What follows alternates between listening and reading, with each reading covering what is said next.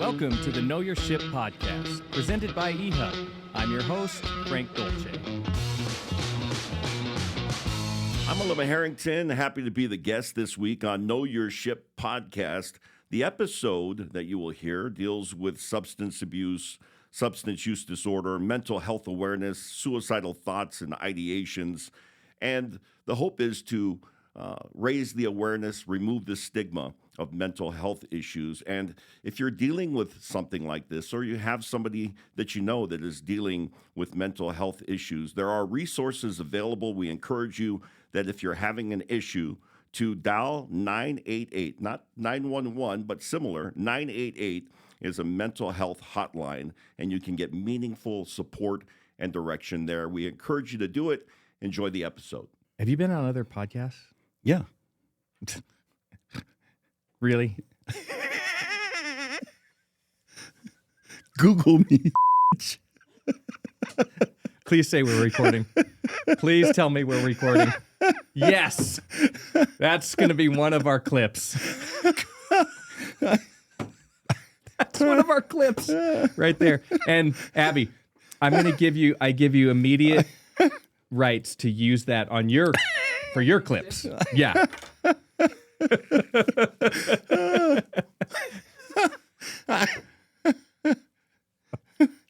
Okay. Good grief. Okay. We'll get started here. Abby Orchard. We can't thank Abby enough for what she does. Yes. For the Know Your Ship podcast. She's amazing. What'd you say? No. This is the Know Your Ship podcast. I know what it is. I'm asking what you just said. Know Your Ship. Okay. And like really enunciate on that. My title is the chief ship talker. Yeah. What'd you just say? What did you just say? Man, this is the best start to a podcast very appropriate ever. For you. Yeah. Man, look, I could not be more excited than to have you here with me today. I'm excited too. I'm telling you, this is, I told you earlier, I'm setting the bar for this podcast. Mm-hmm. I want Joe Rogan to call me and say, man, that was a good podcast. That's the bar. And that's most of that's going to be on you. Wow. Yeah. That's a little bit of pressure. Not much. You know pressure. You know pressure. By the way, let me do the proper introductions. This man sitting next to me is a legend, not only in Utah, but a legend on the islands as well, and probably parts unknown. The one, the only, Alema Harrington. And I have the great pleasure of working pretty closely with you throughout the high school football season, which is amazing. Yeah. I'd let our listeners, viewers know this, that we do work together doing high school broadcasts, and we broadcast 2 high school games a week during the high school football season. And every time that I work with Frank brings food. Yeah. And I've told Frank this, and I'll tell the audience this. Frank is the best girlfriend I never had. He's always... He'll text me. He's like, hey, what do you want? And I just tell him, get whatever you're getting. I'll have that. Yeah. But Frank you're one of the most gracious people I know. And I appreciate that very much. Thank you. Feel fortunate in my business as a broadcaster to work with some really good people. Oh, absolutely. Yeah. We do. There's a lot of jerks in this industry. No question. Right. And we do have a good There is group. that one guy we work with. We're not naming names, but there's that one guy. Everybody knows him. But part of the reason is I love to bring food wherever I go, if I can. I mean, if it's appropriate, because you're a relationship guy. Yeah. I feel like I have that tendency as well. And food brings people together. Yeah. Like, it's easy to just start chatting over a nice pastry or something. I think it's a cultural thing to some degree. And I don't know if people watching or listening to this are, thinking, well, our culture does that. Maybe but as a way that we do come together. Mm-hmm. That's why that old saying, let's go break bread together, right? Oh my gosh, That was mind-blowing. Do you think that's where that came from? But it's how we connect. It's one of the ways that we connect. No doubt. Yeah. No doubt. Well, if you don't know, Alema Harrington was a member of the BYU football team. Mm-hmm. He was a great running back who happened to sit behind a really great running back crew. Yeah. At the time. So he has a twin brother. Yep. Now, I need to clarify this. Okay. Was Tao also on the team? Yes. You played together. We played together, which is for anybody that has played the game of football and has a sibling that obviously we had the opportunity to do this in high school, but very few get to the next level and get to play together. And for my brother Tao and myself, what a great experience that was to be on a Division I team, won the national championship our freshman year, even though neither of us played any downs, meaningful downs. Mm-hmm. Still have a national championship ring, but had that experience together. And then my brother, after our freshman year, went on a mission. I did not.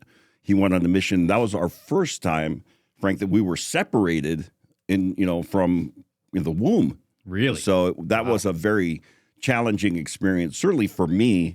When I look back at my life experience, that was, I guess some would say, traumatic and led to some poor decisions on my behalf. You're so good at this because you're getting into all the stuff I want to talk about, just naturally leading into it. But let me just take a step back. Played at BYU, you transition, you utilized that experience, got into broadcasting all the way up to the highest heights. And then you had a little bit of a dip. Yeah. A little issue. And so I want to get there and get how that propelled you into what you're doing with mental health and recovery and working with Ardu currently. But let's go back.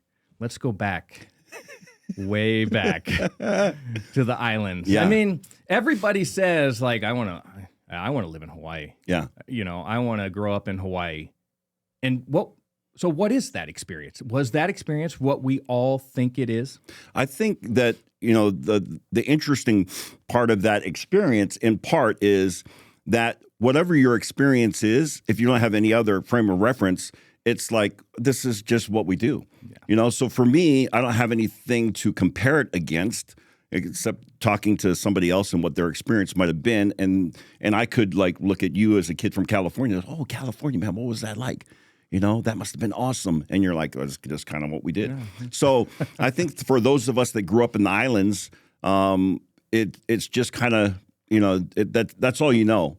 I compare it to my father, who was an entertainer. Go, tell us. Okay. I mean, so my dad was on the original Hawaii Five-0. Yeah. Alema is famous, but your dad was another level famous. Yes. And I watched him growing up. I didn't even know it.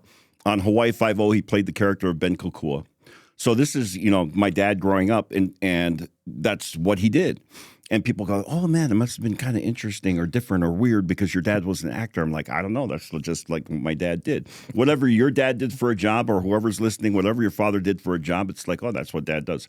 It's just, it's not something that you look at as, and you might have some, conscious understanding because of people's comments about it or the way that they treat your father because of what he does. But that for me, it was just what my dad did.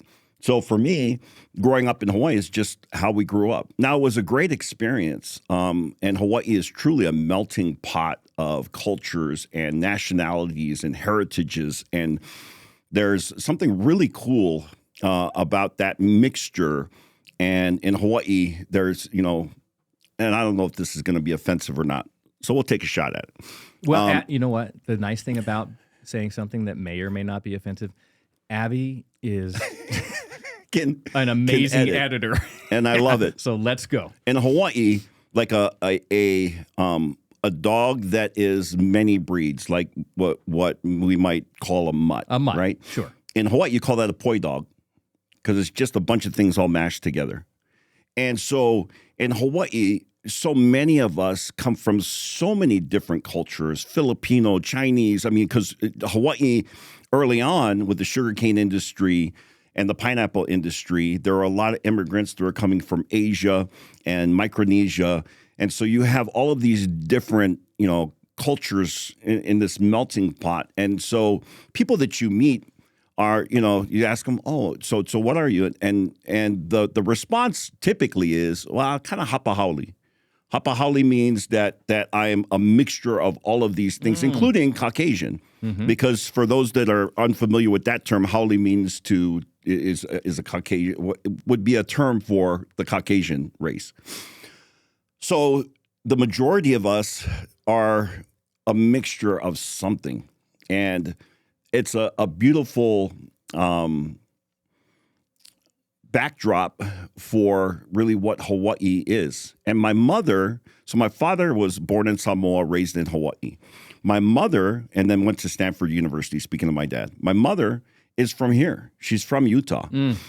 And met my father as my dad finished Stanford, went on a LDS mission to Samoa, and then came back. He was going to law school and he was teaching Sunday school. My mom was visiting an aunt and working in Northern California, and happened to be in my dad's Sunday school class and was just enamored by this beautiful, tall, handsome, dark,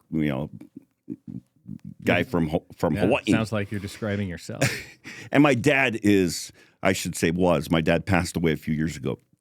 My dad, and I'm one of those guys that had great admiration and respect for my father and what he did as a performer. And if I ever had an opportunity, even when I was coming home to visit or any other opportunity, if my dad was speaking or he was performing, I would do everything that I could to go and watch him and study him, because he was a magnificent orator. For some might recognize him from some of the other work that he has done. The Testaments, which is a LDS church production. He plays the prophet Amaron in that. And we were just back in Hawaii, myself, my wife Krista, and our two younger sons, our two sons, Gabe and Isaac, who are 10 and 11. And we made it a point to go to the Polynesian Cultural Center because my dad narrates the IMAX theater presentation there. Mm-hmm. And man, I'll tell you what, man, I went to this thing and I hadn't been back to Hawaii since my father passed away. And we go to this thing to watch the journey. I think it's a Hawaiian journey. I can't remember the name of it, but and as I'm sitting there watching, just weeping and listening to my father's voice, and he's so powerful. And so I really feel blessed in the industry that I'm in, both in recovery industry and specifically more in the broadcast industry, to have a father that in a lot of ways paved the way for a guy like me to be able to have the job that I have. And there are others that have done that, like a Vaisika Hema, who's a good friend of mine, classmate of mine at BYU. But anyway, I don't want to get too far off track, but growing up was a mixture of kind of these things where my dad that's what he does. And at the same time, personally recognizing, wow, this guy is amazing. And and aspiring to be like him, which is a really high bar, and you can set yourself up from a mental health standpoint to have some expectations like, oh man, I really want to be that.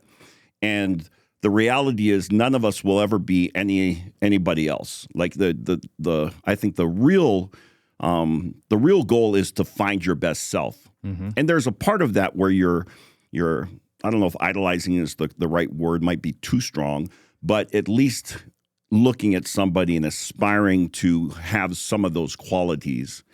And so that's, for me, as far as my relationship with my father, man, he was just an amazing person, orator, performer. And I was blessed to be able to grow up with him as my dad.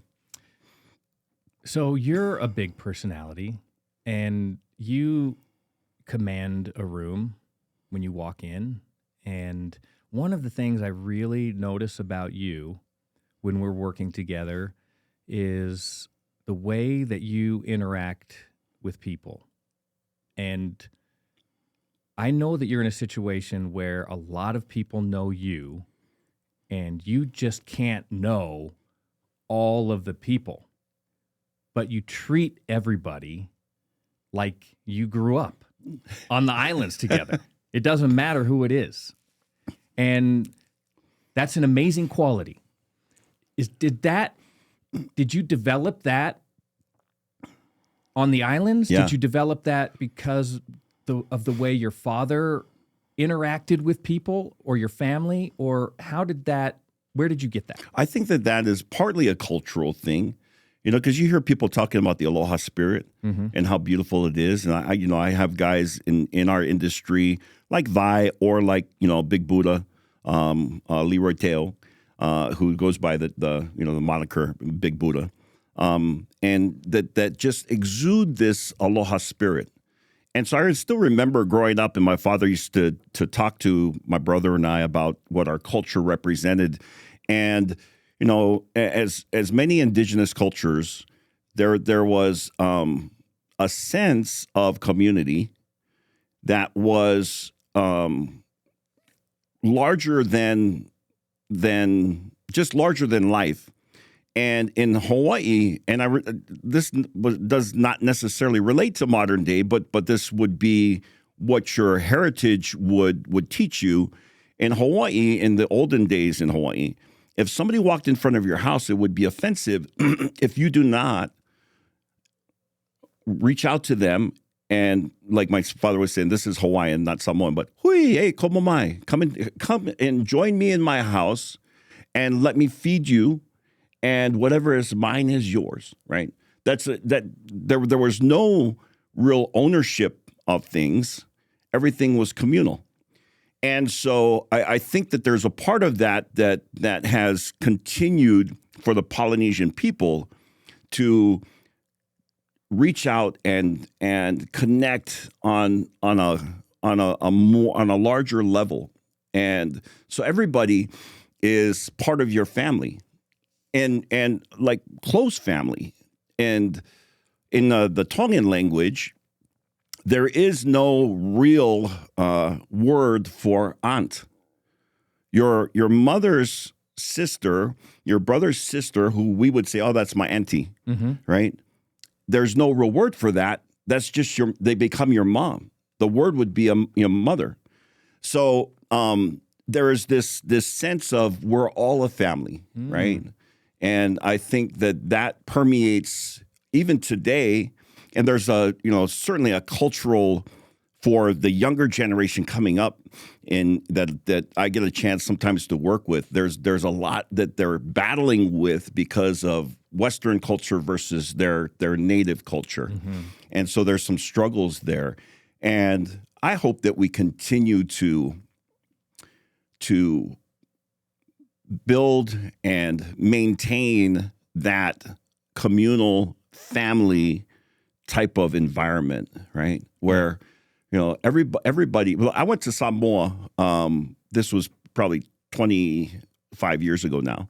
I went to Samoa on a news assignment, and I had never been to Samoa before. I went to Samoa. I was hosted by the governor's office in Samoa, and I'll go around Pago Pago and the island there. It was for a celebration of Flag Day, and one of the things that was interesting, there's no homeless people in Samoa, because that would be offensive to your family if you had a family member that was homeless on the street. So everybody takes care of everybody, and so it's some of those things I think we can learn from. It's like, okay, but some of them are impractical at times, but at the same time, I think there's some very valuable cultural lessons that we can learn, not just from each other, right? What, your heritage, my heritage, my mother's heritage, all these different things. It's to be open to that. It's like, instead of this kind of divide and separation, it's like, okay, where do we connect here? Yeah. I'm so glad that you talked about that. My first exposure to the Polynesian culture, and I'm probably using this incorrectly. Don't be offended, but I'm using it generally for people from the islands. And okay, so was when I went to junior college in California and immediately landed in. All of a sudden, there were a bunch of other guys with a vowel for their last name, just like me. Yeah, I thought we were related. So anyway, the thing that I noticed immediately in this culture is like they were all together. Yeah. They kind of, went through campus together. They got ready together for practice, break time. They were together. Yeah. There was music before, there was music after. They were dancing with each other. Like it was a very family-oriented group and a fiercely loyal group. And sometimes that fierce loyalty manifested itself in violent. I don't know how else to put it. Protection of the group. Yeah. And I'm sure that you've experienced that as well. Is that something that you also have a sense of? Is this loyalty to the... Yeah, absolutely. And I think that, for instance, when I got to BYU, let me be clear, I'm coming to BYU from Punahou High School. Now, Punahou High School, people always ask, well, what high school did you go to in Hawaii? Did you go to Kahuku? Did you go to St. Louis? Now, St. Louis has produced many great quarterbacks, including Marcus Mariota, the Heisman Trophy winner, Tua Tagovailoa. And the list is long, right, of great quarterbacks. Darnell Arsenault, who played at the University of Utah.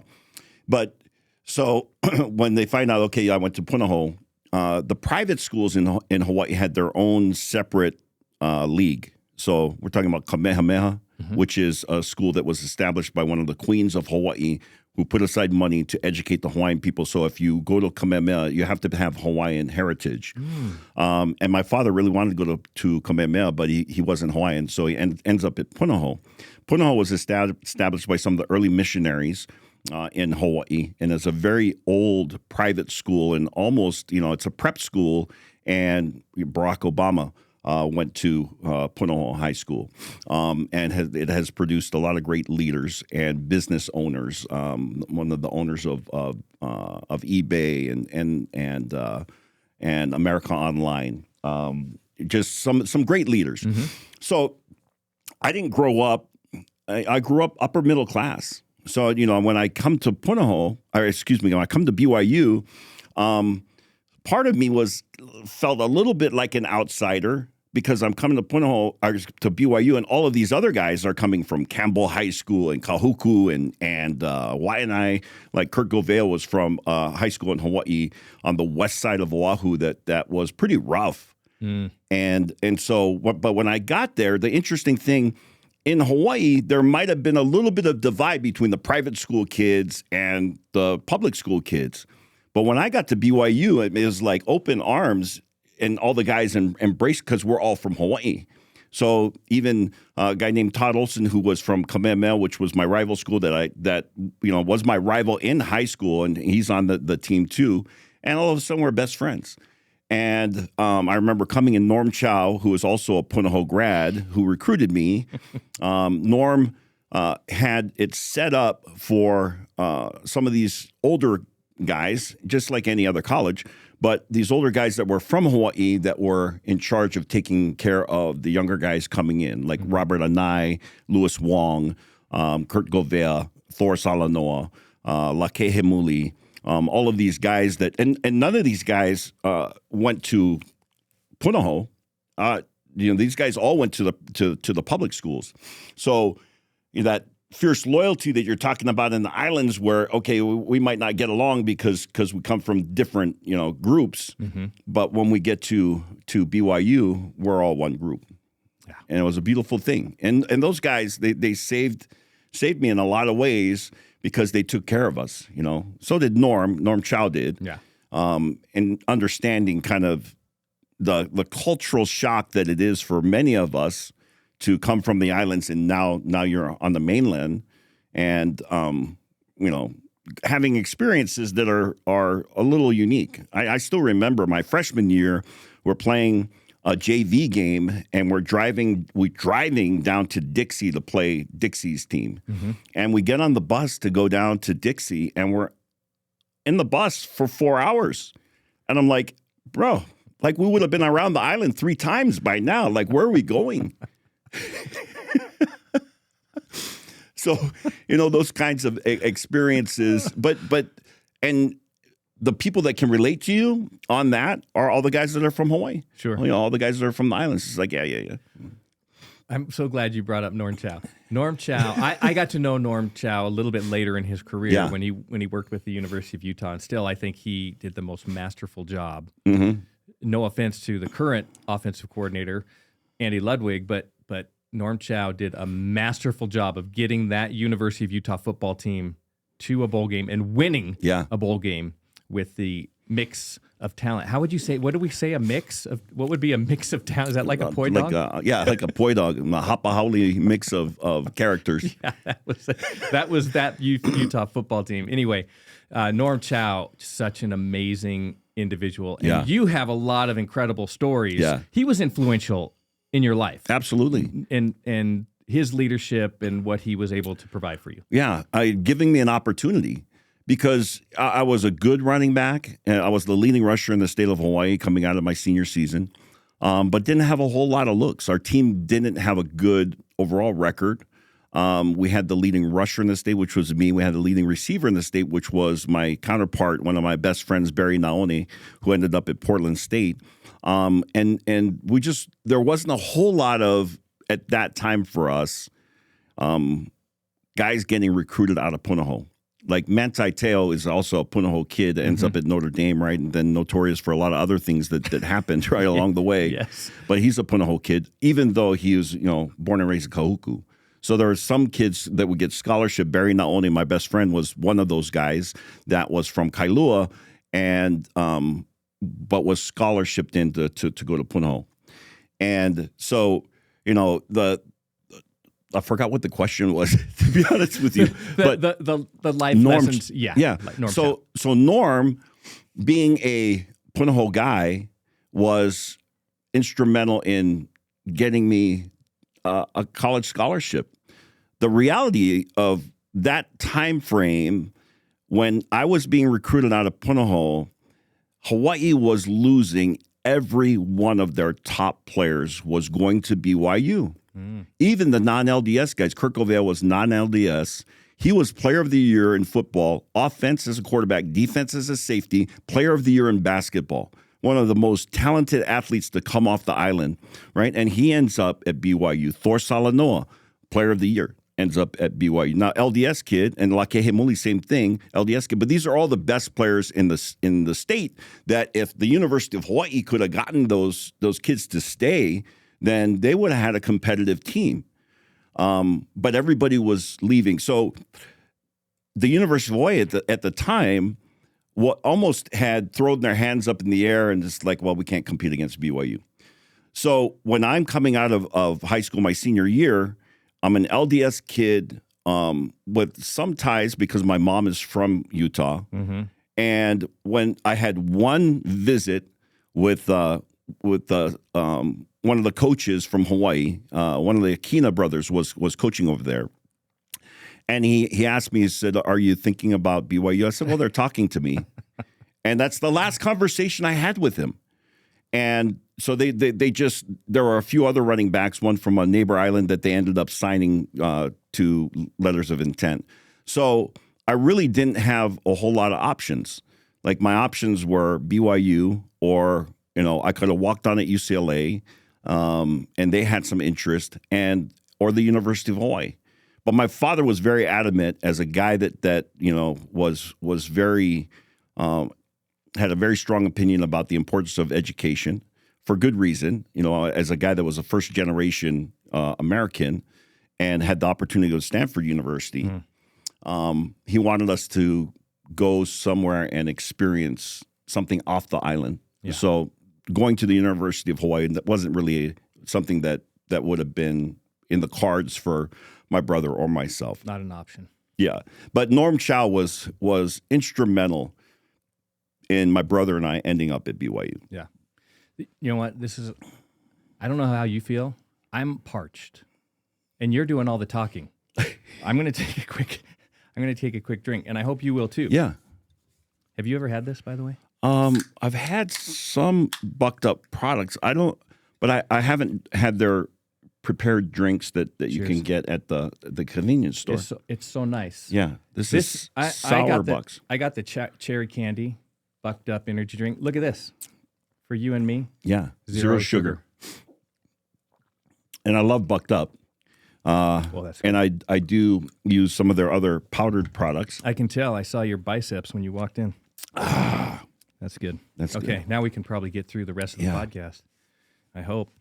I would love to stay on your background growing up. It's fascinating, and I think it's led. I mean, we just don't have time to dig that deep into it, but clearly it's led to where you are today. But there's other experiences that have led to this point in your life because you went, like I said, BYU, big personality, transferred into or transitioned that into a broadcasting career, locally very well known, director of sports at one of the local channels. But you mentioned something, but people may or may not know that your life took a funny turn. Yeah. And Funny, you've battled. not funny, ha necessarily. No, it wasn't that. And you've battled back to the point where you are today. But you mentioned something earlier. I want to hit on that again. Yeah. You and Tao, from birth, always together. Yeah. Elementary school, high school, college.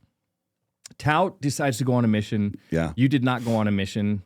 And that was the first time you were separated. And you felt like that was a traumatic experience for you. Talk about, separation anxiety and trauma. Imagine, if you were to be separated from your arm that you had your entire life, and now all of a sudden you look around and your arm's not there. Like he was a part of me, right? I call him my partner from the womb. And so when he ends up going and serving a mission, and we're separated for the first time, that coupled with a lot of the other things that I was dealing with, both as a student and as an athlete, were really tough. And that when we have situations like that in our lives, stress or other, things that impact us mentally, emotionally, then we try to find ways to soothe that. And for me, opiates became that. And interestingly enough, and I don't know what your high school experience was, but when I was in high school, I had many injuries, right? Never once. I broke my nose multiple times, had a terrible elbow injury, shoulder injury. Never once in my high school career did I have an injury and get prescribed narcotics. Not once, right? Well, let me just interject there because I was talking about my experience with the Polynesian culture. Yeah. And we had a guy on the football team at El Camino, and he was a running back, and he was fierce. He had a terrible ankle injury. Yeah. And they sent him to the family doctor, which was his auntie. Yeah. And there were no prescriptions. Right. She did. Did she do the Samoan fofo? I don't know. I don't know what that is. Oh, I think we're talking about the same thing. Well, like a friction massage when you go and you get a friction massage. Yeah.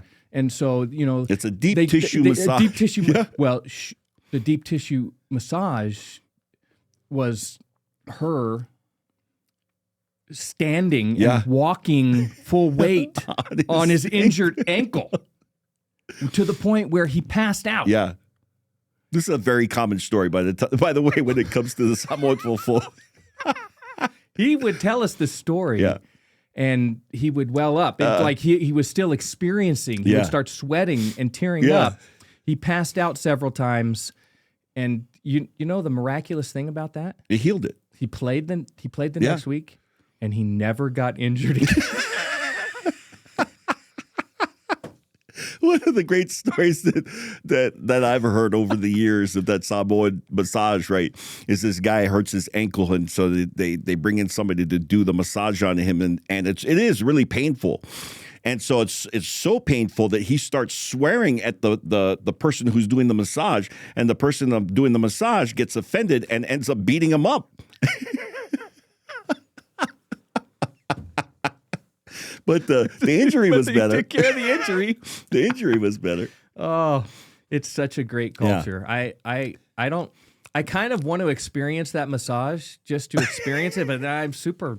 Yeah, I don't really want to. It is a very deep tissue, and what it does is it brings blood circulation back into the area and can facilitate healing. Sure. And it's not something that a novice should attempt. I mean, there are people in the Polynesian culture that are very good at it, but I'm sure you could do a lot of damage if you do it improperly. But for me, that wasn't a part of, as I was growing up. Again, I just never had drugs. Okay, so where did you have? So I know about your injury history, and I know it was prominent. Yeah, and so that's hard to deal with. And now you have this other traumatic event with Tao being separated, and so you started leaning on the prescription. Yeah. Where did you go seek that out? How did you get access? So again, when we're talking about pain that we have, whether it's physical pain or emotional pain, we're looking for relief. Naturally we're seeking relief. For me, I don't even remember, to be honest with you. It was my freshman year. I'm at BYU, 2-a-days, staying at John Hall and Helaman Halls, and coming, from being the number one running back in Hawaii, right? I come to BYU, and I remember some of the early practices, and one of the practices they asked me to, he said, one of the coaches told me, go over there and grab that blocking bag and go hold the blocking bag. I was like, what? I was like, what is going on? And I think for many of us, I don't know if you experienced this because you go JC and then, to a starting role at the University of Utah. But for for me, it was devastating, emotionally devastating. And I still remember I'd still growing up, and I mentioned this early on in our conversation, that I looked at my father and I said, man, I'd really like to be like that. That's a really high bar. Sure. And I didn't even mention this. My father won a state championship at Punahou as a running back, and then earned a scholarship to go to, ended up first at Menlo College, and then on to Stanford, right? So for me, I always, even in the success that I had, I still was, to a degree, comparing myself to my father. And that can be a very dangerous thing. My father, and this is not an overstatement, my father was a legend in Hawaii. And so anything that I did, in spite of whatever accolades came along with that, there was also the comparison. Even if it was only me making the comparison, but man, my dad he's a legend. Yeah. So there was a sense, even if it might have been kind of underlying within me, that you're just not good enough, right? So I get to BYU, and my freshman year, I'm holding back and not getting any playing time, and man, that voice that's in the back of our heads that tells us terrible things about ourselves got really loud, and I was really struggling. So I end up with I don't know what the injury was, but I get prescribed from the doctor, right? The protocol, at least for us back then, was you get hurt, the trainer comes, evaluates you on the field, and makes an appointment for you to go see the doctor after practice. You go see the doctor after practice. The doctor might make a recommendation or prescribe for you. And at that time, they were prescribing pretty liberally, and they didn't. I don't think they had the information. Certainly, they didn't have the information then that we have now about the dangers of opioids. So at BYU, in the training room, you went from the doctor's office, which was one room. They would write you a prescription, and then there was a pharmacy in the training room. The prescription goes over to the pharmacy, and while you're still there, you walk over and get the prescription filled from the pharmacy. They give you whatever the doctor has prescribed, and then that's part of the protocol, and then they manage the injury.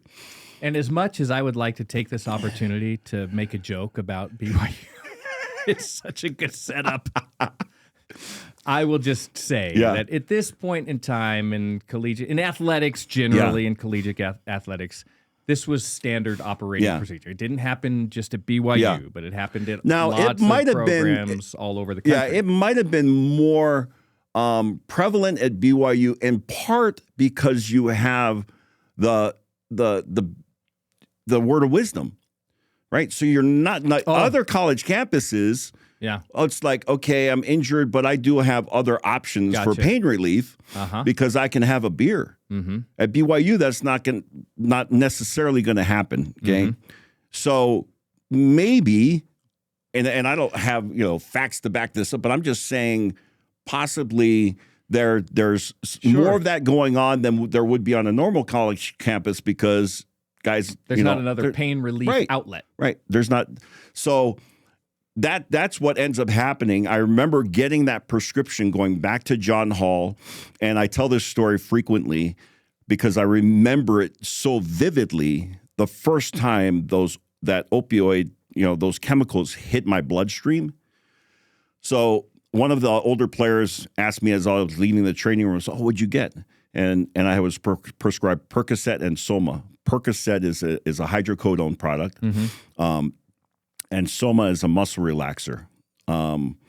So he gives me some instructions. I was like, take the doctor. I mean, there were instructions on, but he's telling, okay, this is what you do, right? Yep.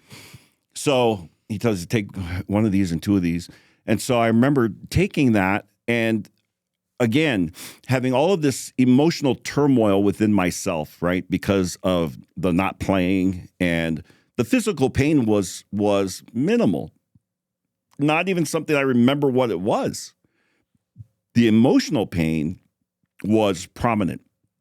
And the emotional pain of not being enough, not being good enough, not getting playing time. All of those things were just raging within me. Mm-hmm. I took that medication, and within about 15 minutes when it hit my bloodstream, the way I describe it was like, wow. Like, wow. It was one of those things where it was like, like this is what I've been looking for my whole life. This is it, right? And I say this about drugs and alcohol for people who, pass on beyond, a physical dependency into the addiction realm. For those of us that end up in the addiction realm, our bodies respond differently chemically to drugs and alcohol.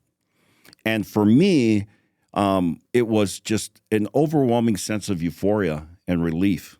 Like not physical pain relief, although that was part of it, I'm sure. But the emotional pain relief was mind-blowing for me. Mind-blowing. And I say this about alcoholics and addicts all the time when I'm doing a group and speaking with a group of in a group counseling setting. I say we're not stupid people. Like we didn't start using because it sucked, right? I started using because it was amazing in its ability to solve my acute immediate problem and to be able to self-medicate that was it was revelatory. It's like, oh my gosh, this is brilliant, right? Now, the insanity of it is that is a temporary solution to an acute problem, and it becomes the solution for all of my problems, especially my emotional pain. And now it stops working and I continue to use. So that's the insanity of alcoholism and addiction. Is it's not insane to use the drugs and alcohol to treat a symptom, but when that treatment stops working, and like now I'm being threatened with jail or lose my family or lose my job, and because I'm using, and a sane response to that would be, well, it's getting really bad, I'm going to stop doing that. Right? Yeah. Insane would be, well, it's getting really bad, but how can I keep doing this? Like, there's got to be a way for me to continue. Yeah. So that's where I found myself. Not immediately, but eventually. Okay, so you are. Do you need a? You are freshman. Get started on the stuff, but you take your career to where you kind of reach the highest heights of your career, and at that point you're still using, you're still addicted, and is that the downfall? Are you talking? So we're talking about my broadcast career. So eventually, as I graduate from BYU, which I don't know how that happened, right? Because I'm using the whole time, especially after I end up having 2 back surgeries in the process. After my sophomore season, after my senior year, I have 2 major back surgeries. Sophomore season, had a laminectomy, L4-5, end up coming back, redshirting and continuing to play, played my last 2 years, and then had a fusion at that L4-5 level. So now things are spinning out of control because I have this injury that allows me to get drugs anytime I want. And I'm getting drugs from multiple doctors. Okay. So, and I get married, my daughter is born, and all of this is going on while I am, to a degree, secretly carrying on this double life of an addict. And I don't think I'm an addict. I think I have a pain management problem, but the reality is I have slipped into the side of addiction, and there's really no coming back from that unless, number one, you've got to address it. You got to understand that you have a problem. I didn't think I had a problem. So I end up going to treatment multiple times. The 5th time I finally go to treatment, I get a hold of this program that changes my life, right? And it wasn't anything new that I hadn't heard before growing up in the walls of a church. But it was presented in a way that I was like, oh, okay. Like, now I understand it. I have this relationship with my creator, with God, with my higher power that I didn't understand before. God doesn't hate me. He's not mad at me or disappointed. He's trying to help me, and he's there for me. I didn't understand that. I thought for sure it's, I don't serve a mission. I'm doing all of these bad things, right? God's got to be frustrated, disappointed, and upset. Then recognizing through that treatment process, my relationship with God could be something very different than that. And there's a possibility, not for sure, but maybe God does love me. And that was a breakthrough for me. That's fascinating. Yeah. And so it was after that, Frank, that I end up, my broadcast career takes off. And then I have a relapse. Gotcha. Yeah. Okay, so it was the relapse. And then, okay, so here's what I want to talk to you about. I know I don't want to keep you all day. I do want to keep you all day, but we don't have a lot more time. But here's what I want to talk about, because you describe very nicely traumatic events in your life and physical issues that you had that you wanted to manage, maybe with, some help from prescription drugs. But more so, it was emotional trauma that you were trying to manage. I think that we probably see this in the business world and community every single day. Yes. But just don't recognize it. Either we don't recognize it in ourselves or we don't recognize it in other people. So what are the you've been through all of this. What are the resources that people have? I mean, I want to know, like, if I'm feeling anxiety and I'm looking for an outlet, where is the appropriate place to go? Or if I'm working with someone and I'm thinking there's something wrong, what is the appropriate way to approach and offer help to that individual? And it's a challenge because you can't help somebody until they want help. I just mentioned that I went through treatment 5 times before I understood that I even had a problem. The first time I went through treatment, I was running from the DEA thinking I was, they were going to bust down my door because I had passed a forged prescription. And I had called the trainer at BYU. His name was George Curtis, beautiful man. I said, George, I think I have a pain management problem. I need to get into treatment. The reality was I had passed a bad prescription, and I thought that I was going to go to jail. So I go to treatment the first time, and then it's not until the 5th time that I'm in treatment, and my life is really falling apart. The other times I had gone through treatment earlier, I didn't necessarily want to stop. I wanted to be able to find a way to be able to still use. Yeah. Because and the clients that I work with, they love this part because when I talk about dope, it's just they relate to it. But I love that. Oh man, dude, I love dope. Oh man, I love it. Love that feeling. Just love it. A beer buzz and a couple of pain pills. Like, oh man, give me some of that, right? And so that's the reality, right, for me. And so there's a part of me that does not want to surrender that. It's like, I'm going to treatment. I'm like, okay, you got to stop. But there's a way that we can work this thing out where I can still use a little bit, right? I was having a hard time breaking up with dope. Mm-hmm. And so. And I think that's a lot of people. Yeah. Sure. Yeah. And there's a lot of things that are involved in that. And part of it is pride too. And, this thought process that we have as human beings, and we're looking at this problem, we understand that there's a problem there. Somehow, some way, I have to be able to overcome this. Like, I can do this, right? I can manage this. The reality for those that are in, pass on to the side of addiction, there is no human power that will get me, I'll speak for myself, that could have gotten me sober. Like, this is a miracle. The fact that Alema Harrington doesn't use today, dude, that's freaking crazy. That's insane. I tell clients when they come in, I said, I got some bad news. And the bad news is this. You don't have what it takes to overcome this thing. I got some good news. The good news is neither do I. And I've been sober going on 12 years. Understanding that you have to be able to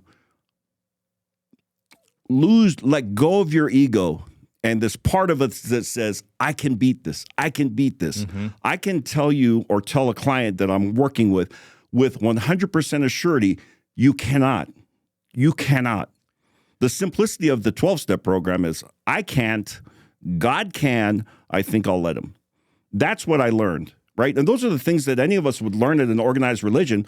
I can't, God can, I think I'll let him. Let me turn my will and my life over to the care of God, as I understand. Like, that was the program for me. And so would that be kind of your advice to people who may be listening, who are struggling, who are having issues, concerns, whatever it is, but don't feel right, but may think, I can do this? You're saying, it's very unlikely. It's like when people, approach me and they find out that I'm in recovery, they understand maybe to a degree the battle that is, and they go, wow, man, that must be hard to fight that every day.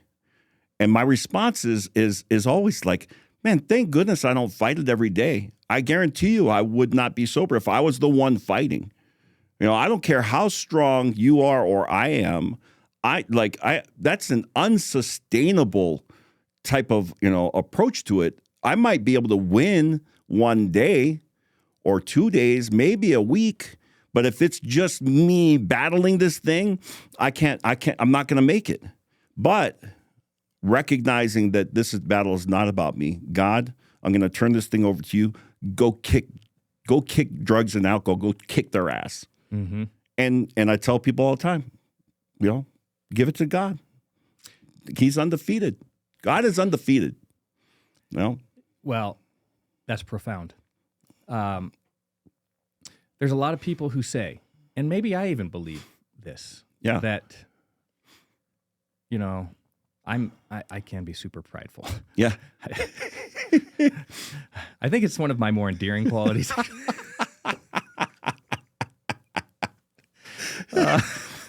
But I think you feel like this too. You've already said, like, no, I can do whatever. I can beat this. I can do that. I can manage all of it. Yeah. And therapy is for that other guy. Yeah.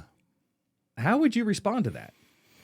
I think, we had this conversation a little bit earlier talking about, there's going to be people that are going to say therapy doesn't work. There are going to be people that say therapy does work. They're both right? Whether you think you can or you think you can't, you're probably right.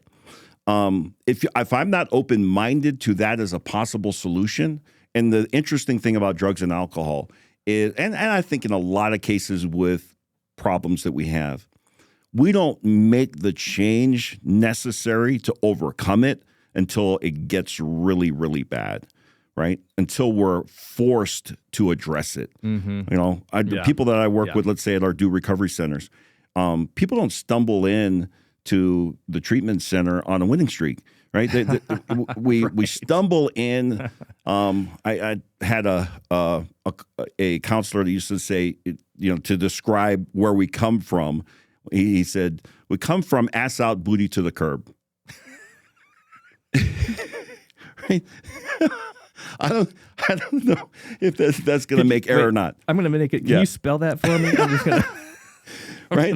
But I remember hearing that thinking, that's freaking brilliant, ass out, booty to the curb, because that's where we're coming from. Like, we're just in such a desperate place. And, and for a lot of us, we look at this addiction and we think, yeah, but I'm not like the guy down at Pioneer Park. I'm not like the people down on the block. Right. Because I'm not that, then I don't have a problem. When the reality is, and we tell people this all the time, whenever you say anything like that, well, I'm not, stealing from my kids yet. I'm not down on the block yet. I haven't lost my job yet. I haven't lost my family yet. All of those things. When I went through treatment the first several times and I'd hear people's stories, I was like, oh, man, these people are sick. I remember thinking about one lady telling her story. I'm like, oh, man, it's a good thing you are here because you are sick, right? And I could not see that was me. That was me, right? So that's the hard part. The hard part is for the person that needs help or that people want to help doesn't believe that they need help.